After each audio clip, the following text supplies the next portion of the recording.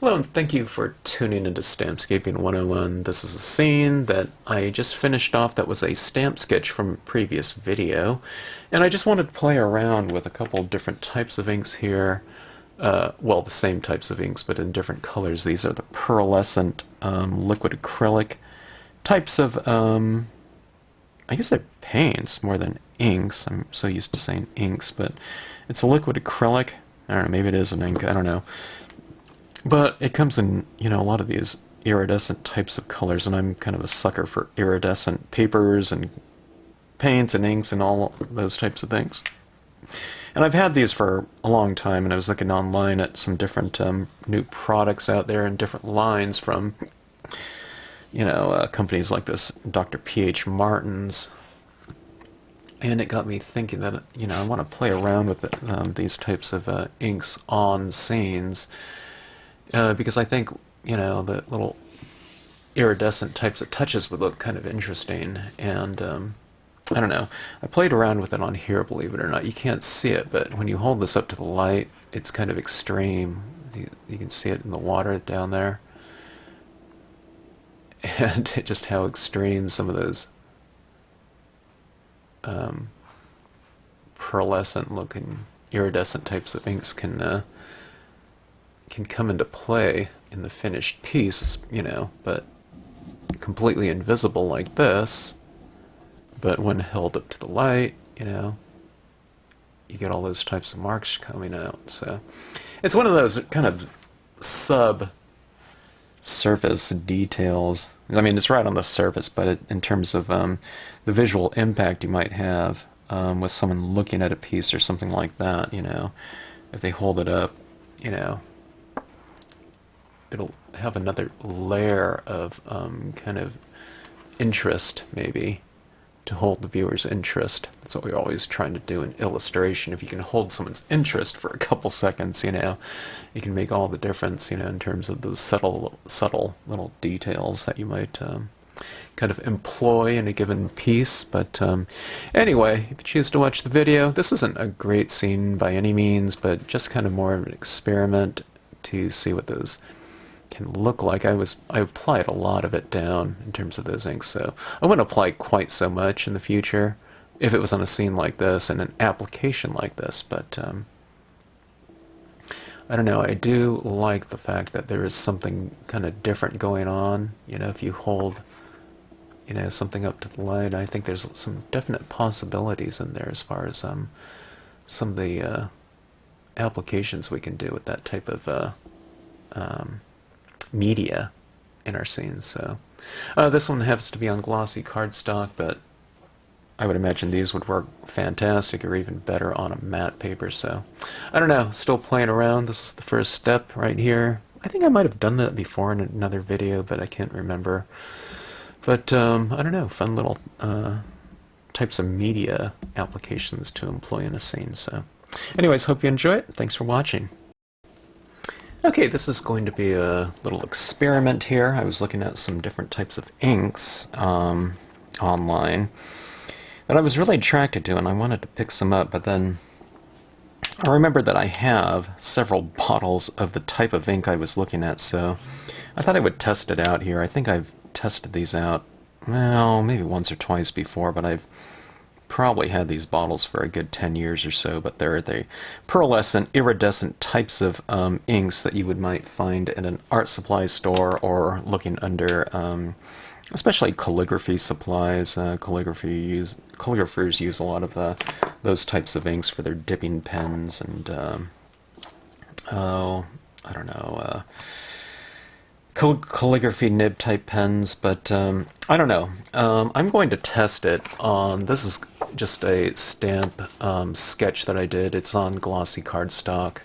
If you're going to be using these types of pens here, though, you'd probably use it on a matte paper or like a watercolor paper, which of course glossy is kind of the opposite of that, in that it's sealed and, shiny. But I just want to test it out. I want to bring in a little bit of an iridescent surface to this scene right here, so I thought I would just test it out really quick. This will be done in a blue colored scheme, and I'm really curious about this white iridescent ink. A lot of these inks by calligraphers, you know, like the lighter toned ones or things like gold, they're used on, for their purposes, a lot on things like black paper and whatnot, so they have to lay down on the paper without soaking in too much, and it has to be able to read, you know, as far as like letter forms go. So let's just give it a shot here. I'm going to do this really fast here. That's why I'm just kind of going in with black right now. The scene, I think, is going to be fairly dark, okay, because of this iridescent ink is on here, and it represents something. I want it to be reflective, so if it's reflecting that tone, it's probably going to be pretty dark out, okay? I'm not going to leave too much white of the paper in here, okay? And I'm not really being careful at all with this black, because I'm going to apply a lot of different tones over the top of it, and probably some pretty dark ones, okay? Notice how I'm kind of avoiding some of my rocks right now, but I'll go into it a little bit now. But I'll leave some of them a little bit lighter, okay? So I think my lightest lights are going to be probably a light blue or a medium blue instead of white, I think.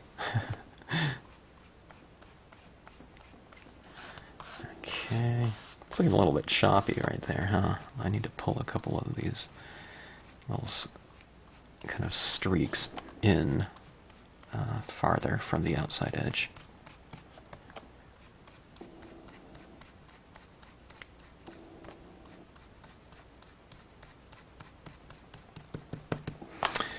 Okay, let's make the edges a little bit darker, just to kind of give it a nice vignette. Okay, let's come in from this opposite side.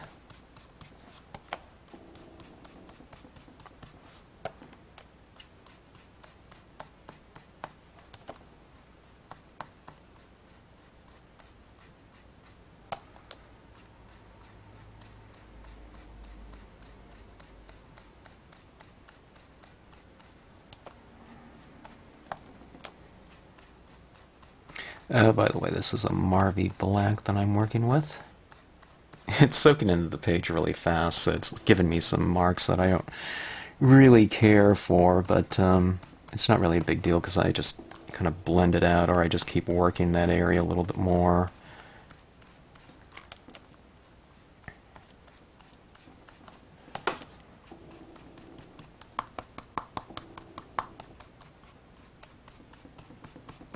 Marvy inks really soak into the paper quite fast, so it's, when I'm teaching this, it's kind of the opposite of, you know, the consistency you want to start out off with, because the paper is so dry and the ink sets in so fast that, you know, there is danger of kind of getting a, you know, a mark that you don't want and it being very difficult to blend out. But when you do get a feel for kind of the sponged application of color, it really doesn't matter what ink you're kind of going with. If you just kind of work it, you'll be able to achieve kind of that range of tone that you seek just by working with the repetitive stroke type of motion and just building up your color more, okay? I'm saying more than kind of the area where you might get one of these types of marks like that. I'm not tapping like that, you know, when I'm going into the scene. I'm kind of going like this, you know, and I'm going with a light touch for the most part, and getting a nice streaky kind of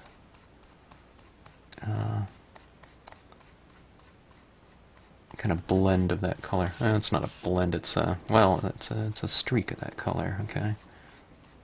Starting with the darkest incarnation of it as far as this page goes, because I'm starting it on the outside edge, or actually like halfway in, halfway out. That's why you get so much ink building up right there. So I'm just kind of starting off the page and then working my way in. Okay, we need to get some tone by this little character down here just to anchor him into the scene.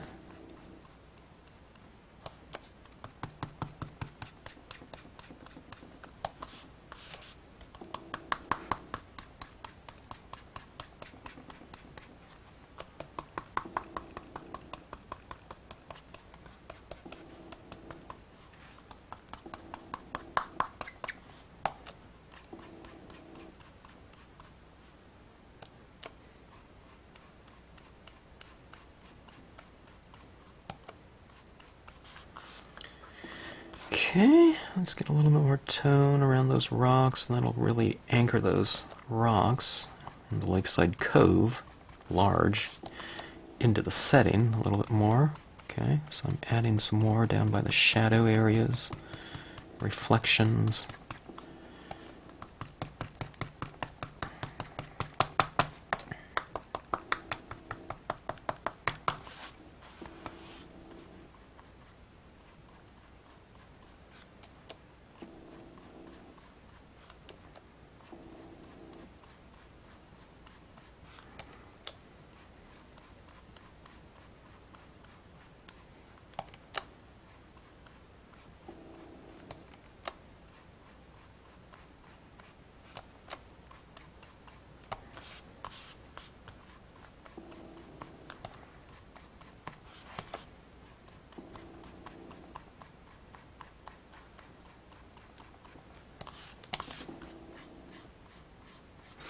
Alright, I think that looks good for now. If I decided I want to add some more black later, I could do that. At a later time. Alright, let's see if I have a clean stylus. I don't think I do. This is kind of a... I think I have one of the distress inks on my tip. Let me see here. Oh, that one looks clean enough. Alright, let's see. Let's try...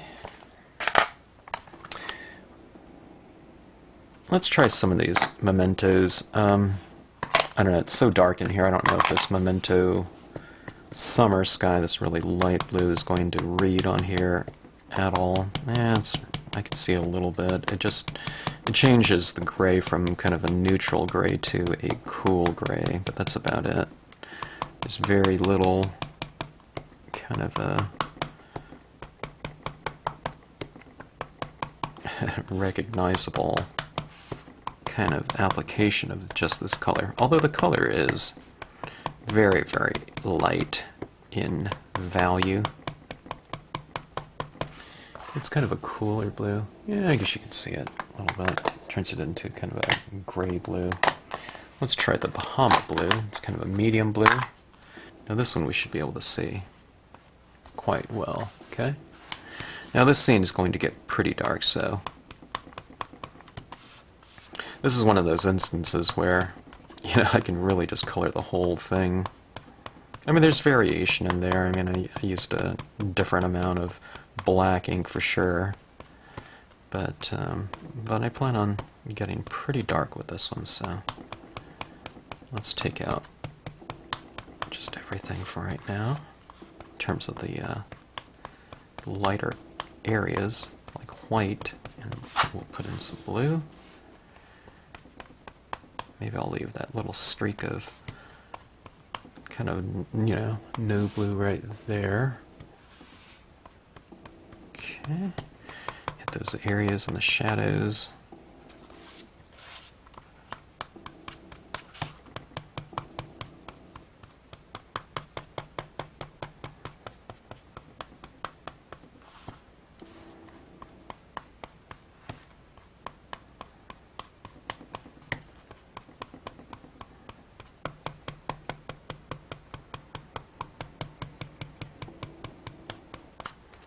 Okay. Kind of takes on a certain kind of emotional quality when you take out all the white light of a scene. There's something kind of still about it. and very quiet, visually quiet at least.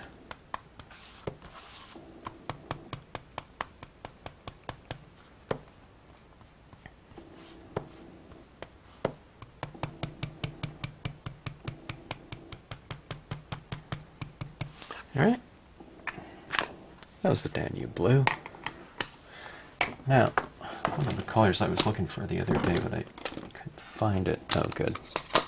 I was looking for my Marvy Prussian blue. I wanted to get a little bit darker, but some of the inks that I was using just couldn't penetrate. Prussian blue is very dark, and the viscosity is almost very thin, so I can apply that, and it gets a lot darker because it just seems to penetrate the surface of the card and inks, where sometimes the buildup of thicker inks, it's really hard to build up additional color because the papers and pulp of the paper is so kind of moist and lubricated from the other colors that as you kind of wipe on some tone of some of those other colors and brands of inks, what you end up really doing is you end up kind of wiping off ink because it's so saturated and it's just kind of sitting on the surface of the paper that you'll run a streak and it's lighter than the color that you're using because you're just kind of mopping off all the ink that you've applied. So Prussian blue, a little bit different. Can really penetrate the paper and achieve that color, that value of blue very quickly. Okay.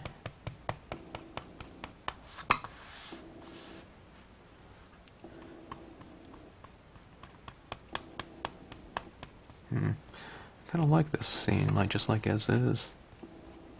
But we're here to play around with some of those inks and see what we can get with them. But I like this composition now. It's very subtle and quiet. The colors are cool. That tone of blue, that value of blue.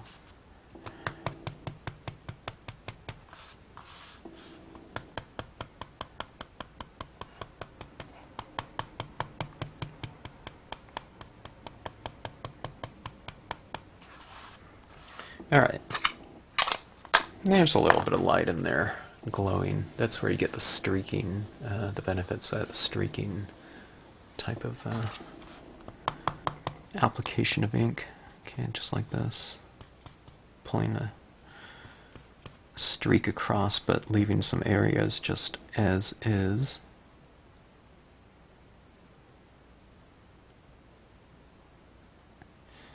Put in a little bit of those background rocks just for a little bit of variation. Okay, let's see. Let me come back into it black now. Let me see if I can get a little bit darker on the four corners, and then I'll be done with the toning process. But this toning process is pretty quick, especially when you're working kind of monochromatically.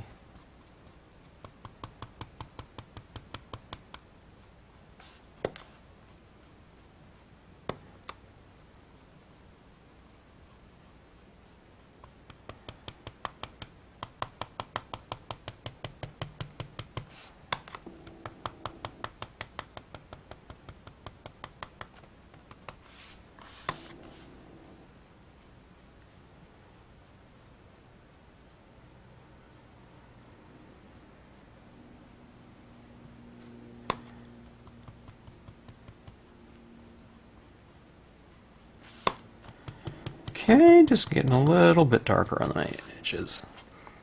Okay, now let's see. These pearlescent, what brand is this? Permanence Galactic Blue. Oh, Daler Rowney, DALER Rowney. Does it say it here in the front? They're a big manufacturer out of England. Okay. Anyway, okay, so this is Pearlescent Galactic Blue.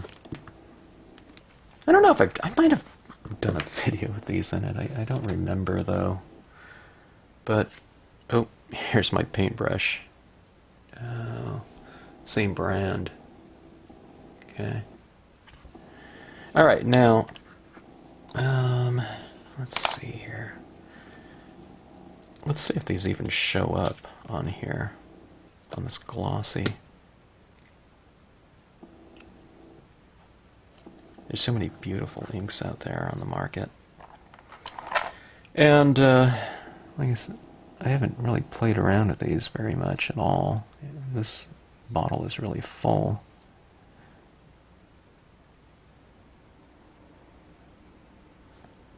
I'm just using a, oh, this is a number 3 paintbrush, okay.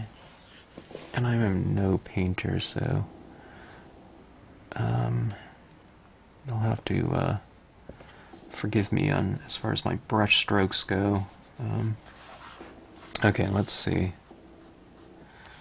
I'm trying to assess what value this is of this blue. Okay, I'm going to put in a little streak like that. Going from the middle. It's kind of invisible. But let me see what I can do here, okay? It's invisible because it's the same value as the background practically. But I think what I'm going for is I want to get... Okay, yeah, I can see it. Let me see if I can get the shimmer here.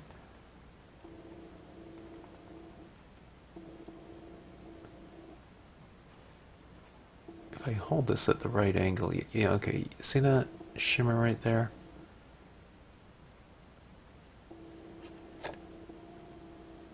That's kind of what I'm going after. But we'll work it through some different tones. Okay, I'm kind of going from kind of the center here and streaking. I got a big glob. So I'm kind of doing the opposite. I'm kind of working my streaks from the middle out. Which you kind of get, but it's through a different process. You know, it's working the color from the outside in with the dark tones, but on this one right here, it's representing kind of the shimmering surface. So we have to work from the inside out so I can get that kind of tapered look right there, okay? Oh, there you can you see that? Yeah, there you go. There's the right angle right there. So that's what I'm kind of doing. See how it kind of tapers off like that? I mean, it's certainly more subtle, okay, as far as you know, a mark. When I'm holding it from a certain angle, and it's right in front of my face, I can't even see it. But the thing with these iridescence types of things is, of course, you know, if you hold it at a certain angle, you know, it really reads quite well. You know, it just has to kind of catch the light.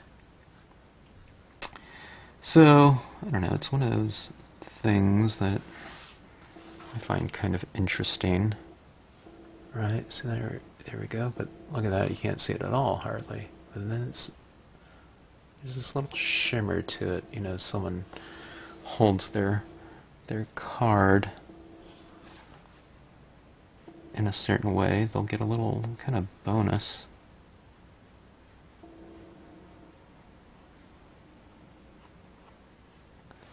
Okay, kind of a bonus detail, I guess you can say.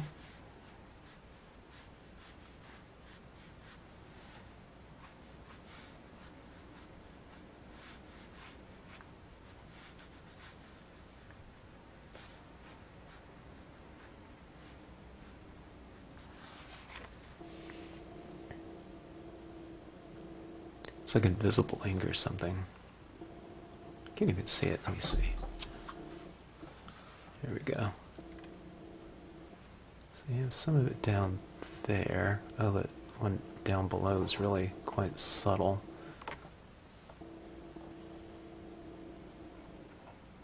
Unless when it's drying, I can see it more. There we go. Trying to see it on camera here. Okay, now I put some streaks down here, but there wasn't as much of that kind of shimmery material in there. Maybe I need to shake this up again. It might be settling, I don't know.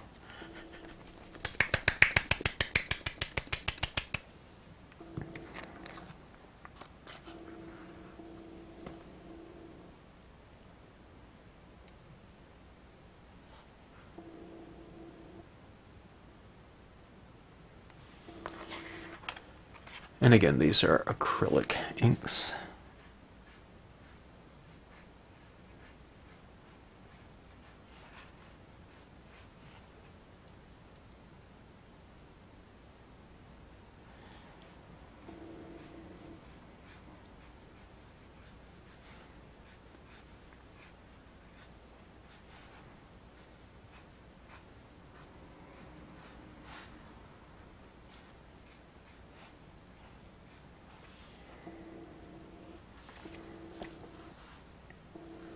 I think I'm going to put some of this in my sky as well.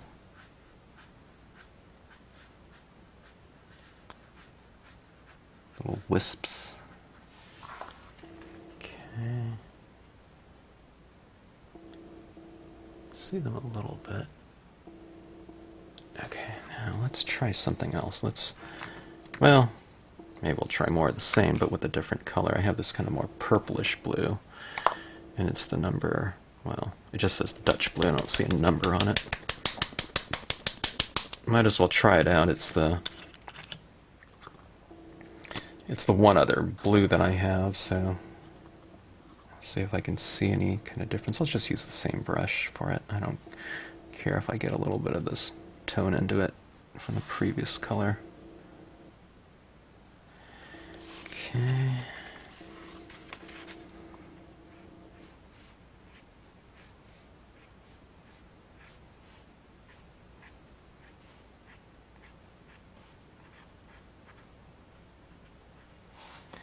You know, immediately I can see that this one, well, maybe after I made a few strokes I don't see it. But I was going to say I can see more of the iridescent quality in this color more than the previous.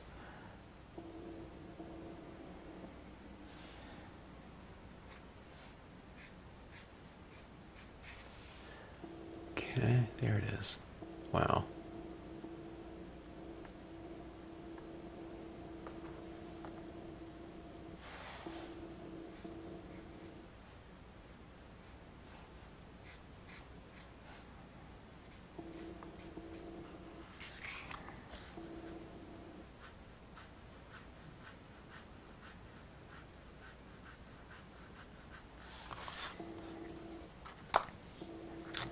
Okay, let's go to the white pearl. We'll see if this one shows up at all instead of being kind of more on the transparent side of things. I'll need to clean my brush off. I just have one of these little palette things like this. And acrylic should clean up just fine in water. And after I'm done with this, I'll clean it out more over the sink or something like that.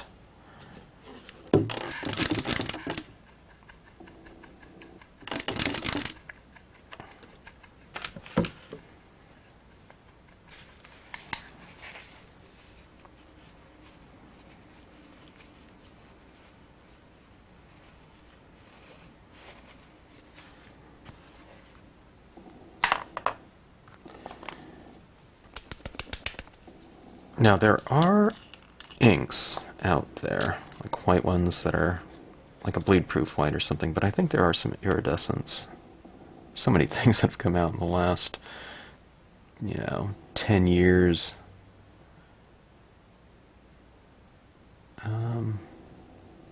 New and improved versions of things and whatnot. Totally different products and whatnot. So this is just one type. I don't have a feeling it's going to show. It just seems too thin, but we'll see. It looks more silvery, huh? Okay, let's see.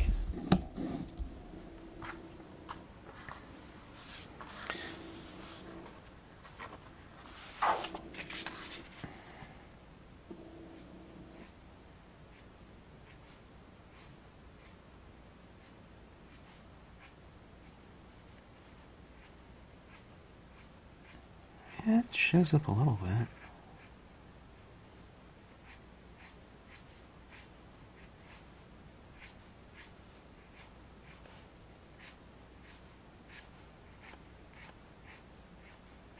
This is one of those instances when I do work kind of right side, because I'm kind of working from the inside and doing it both ways.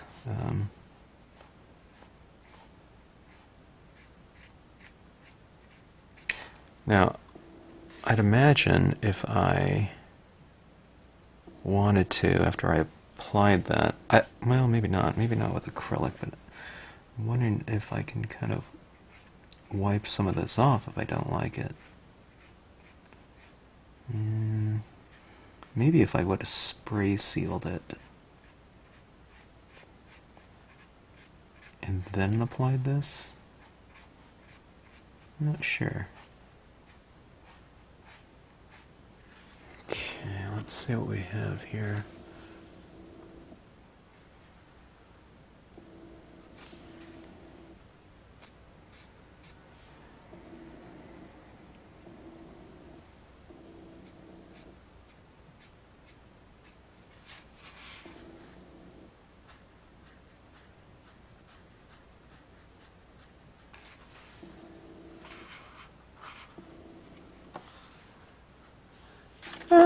Semi-interesting.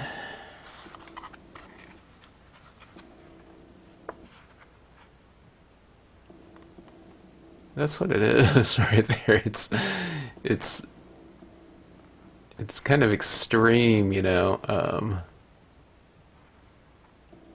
that looks terrible up there. Let's see. Let's see if this is dry. Oh, it is. I think. It really sets up fast. Alright. That is crazy. But let's do something now. Let's go back in and reintroduce some of this black into this craziness. And let's see if that'll tone a little bit of it out, okay? I'm not trying to eradicate things, I'm just trying to kind of mellow out some of those highlights with some additional shadow forms kind of running in here.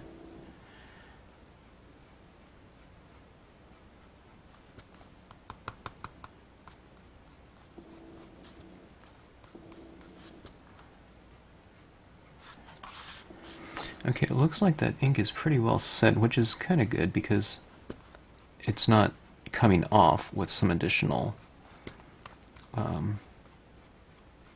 tone applied on top of it, which, I don't want a big puddle mess or anything like that. So that looks pretty good as far as that goes. Boy, when I hold this at a certain angle, it really shows up quite well. I can really see my marks at this angle from my vantage point. I think you can too, looking at the screen. Some of it really shows up. Okay, now, one of the things I'm noticing too is because this ink is set up, the dye-based inks, it's getting darker really quickly. Because the paper isn't quite so super saturated, as the time, a few minutes ago when I first applied that ink, so Okay, it got quite a bit darker.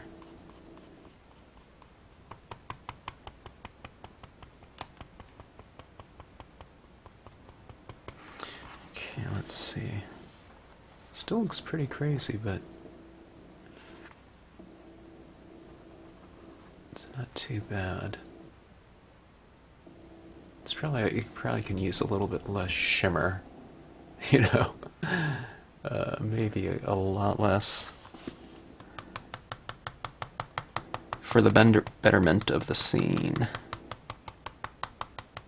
Okay, there we go with that.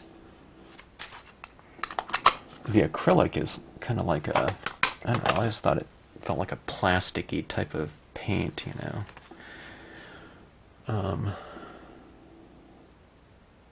So it's not really sticking, it's not going over the top of it real well, which is kind of fine, but the strokes are of different values now that I've applied the black on top of it. Alright, let me see something here. I'm kind of curious to see if like a VersaFine will go on top of it. It's a pigment ink. Let's give it a try here. Okay. It's kind of my go-to pad for foreground imagery if I want something really, really dark. Okay. Adding some on the perimeter at first. Boy, that is black.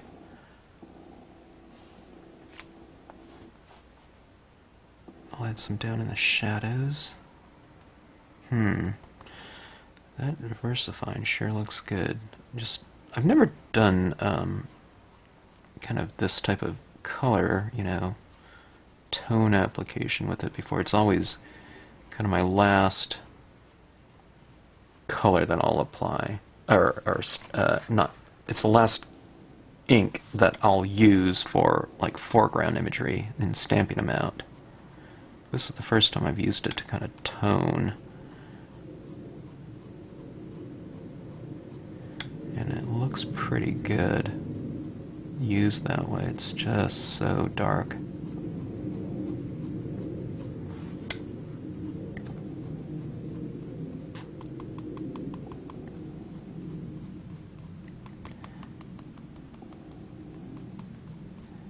We have to be kind of careful with it. It is so dark. You can kind of lose everything if you're not careful, because it'll just tone it right on out.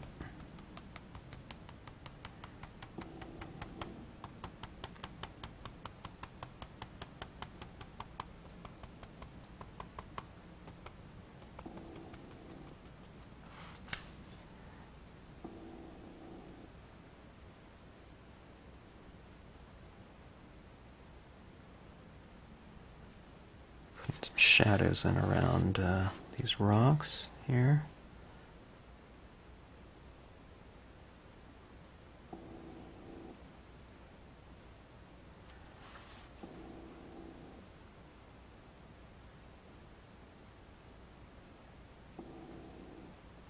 Trying to vary the rocks a little bit so they're not so similar. Okay. Kind of like that. It gives them a little bit of dimension by placing shadows behind some rocks and others. Just leaving them as is. Okay, let's go back to this toning. Okay. Taking some tone in.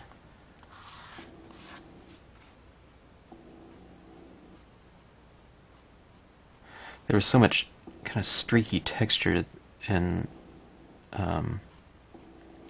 the iridescence, pearlescent or whatever, that I'm doing the same thing in a couple areas with black to kind of match it like that. Okay, so that when we see it now like that, when it catches that light, it just, there's a little bit more balance to it, you know, between light and shadow.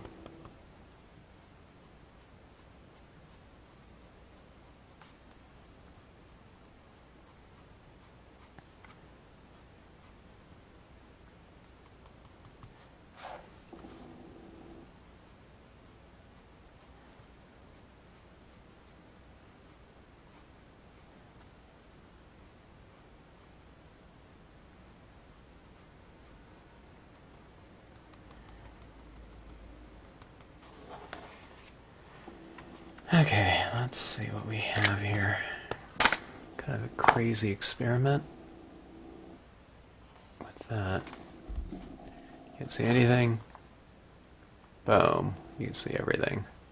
Let me see if I can get it without that glare on there, if I can just get it to reflect.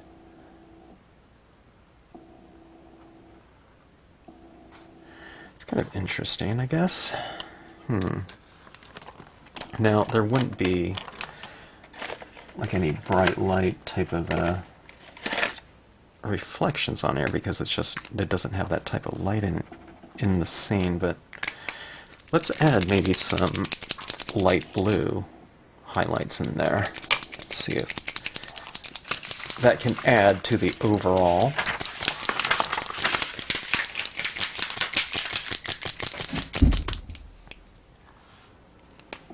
This is a Sharpie paint pen, pastel blue.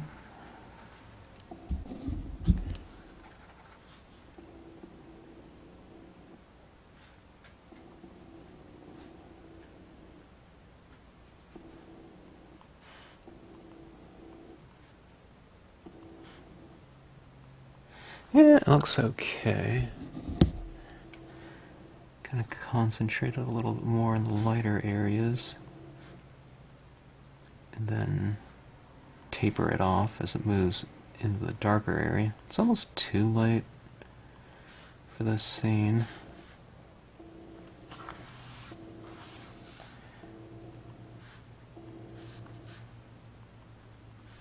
Okay, let's put a little highlights on tops of a rock or two.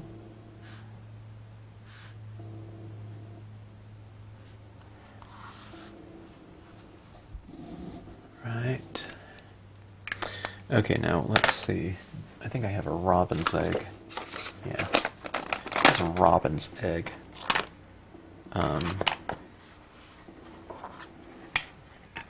Pigment ink pad. It's not quite white, but I don't think I want white in here because there isn't any white light. So let's try to apply kind of a dry application of this so we can get a little bit of some variation in terms of kind of textural changes going on in here. Okay, so if this is supposed to be kind of a little fog on the lake surface, then let's see how that looks. It won't be, you can't really see it as blue on here. I mean, I can't, and I'm right here. But it's not going to be quite as stark white as if you were using the frost white, for example.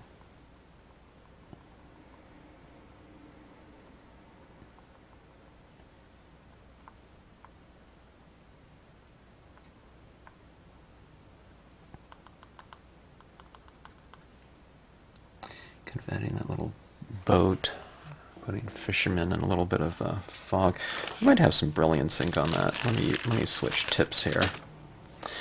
When you switch tips, kind of just unravel it a little bit, loosen it up. See, it's kind of getting a little bit frayed, and the cotton on that binding on the top is becoming a little bit looser. I don't know, it's not really binding, but it's, I don't know, the coil is becoming looser. Oops, I don't want that.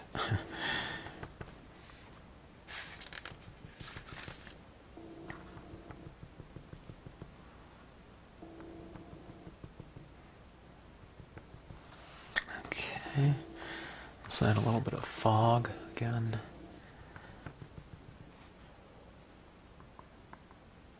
Okay, that's better. I felt the ink was kind of drying too fast, which the Brilliance one tends to do. Okay, let's get this in a couple of other areas. I'll put it in the, mostly in some of the lighter areas. And we'll put a little steam coming off the surface of the water.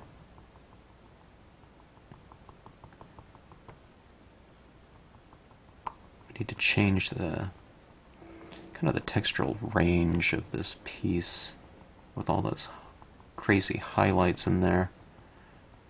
One of the things I'm noticing is that as I go over that iridescent ink, it really lightens it up. Or something, maybe because some of that ink was laid over the top of it before, but I can really see it when I lay this down on top. It kind of brings it out a little bit more. Maybe that's a good thing, so that the ones in the center, where there's more light, becomes, a little bit more apparent, so that we get a little bit of a value change from, the center of this, where there's most, the most highlights, to the edge where it's darker. Okay.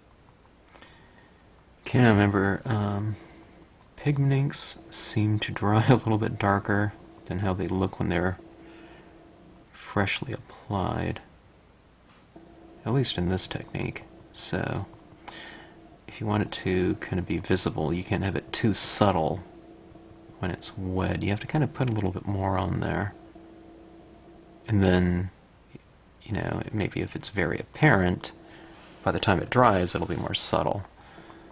So you kind of jack it up a little bit. Alright, let's see how that looks.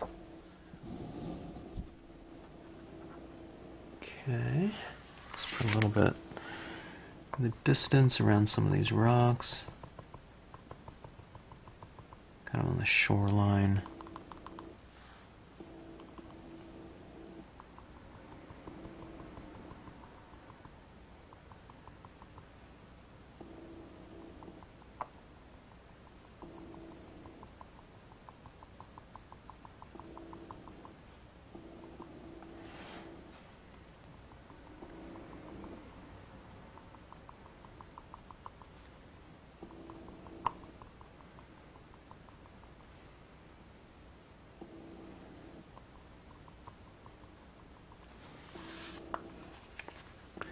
Okay, so we have a little passage of light in here. A little bit more defined with the use of some of this pigment ink. Okay. Tell you what, let's put a little star or two in our sky.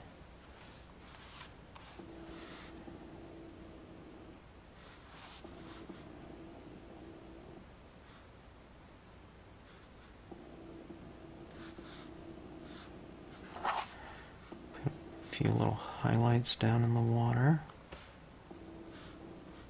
kind of little stars reflecting.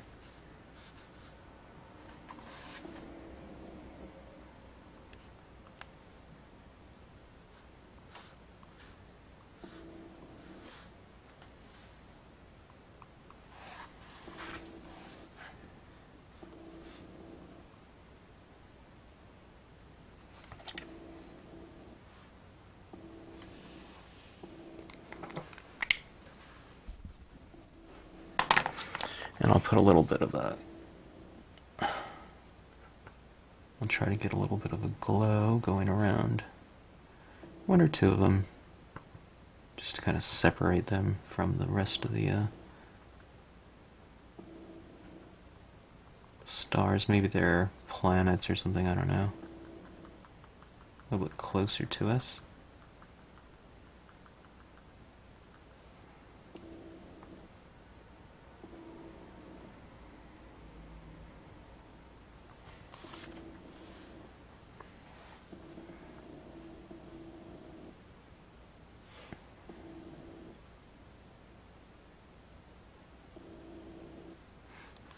I'm just picked one of these stars down here, and I'll say that that's kind of the reflection of that star up there.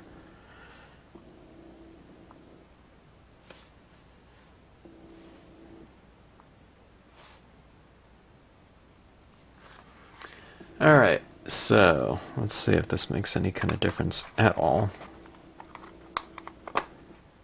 Could be subtle, I don't know. Could be extreme. It certainly looks extreme. Oh my gosh, it certainly looks extreme when you look at it a certain way.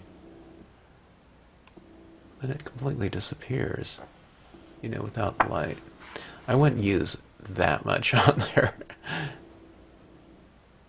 in the future, but it's kind of interesting, you know, when you show it to someone like this, or someone has it, it's as is, and only when you know, hold it at a certain angle does it come alive. So I think there's an application for that ink in the process somehow, somewhere, and there's certainly a lot of different colors and brands of them, so I think it's worth checking out. I'll play around with it a little bit more, but I won't play around with it that extreme in those areas. I mean, I have a lot to learn, and I'm sure I'm not using it in the proper kind of manner at all. But I don't know, there's so many different colors. This gold one is, you know, if I had that kind of flaring out from, you know, one of those kind of solar flare type of things with the white pigment ink, I think this gold could be really awesome. So, or a gold ink of some sort will be awesome, but oh, I don't know, future things to experiment with. So I don't know, something like that could be a kind of more subtle in a couple of areas, you know, a little streak here and there instead of 50 of them, you know, solid. So anyway, thanks for watching, hope you enjoyed it, and let's see, more experiments to come.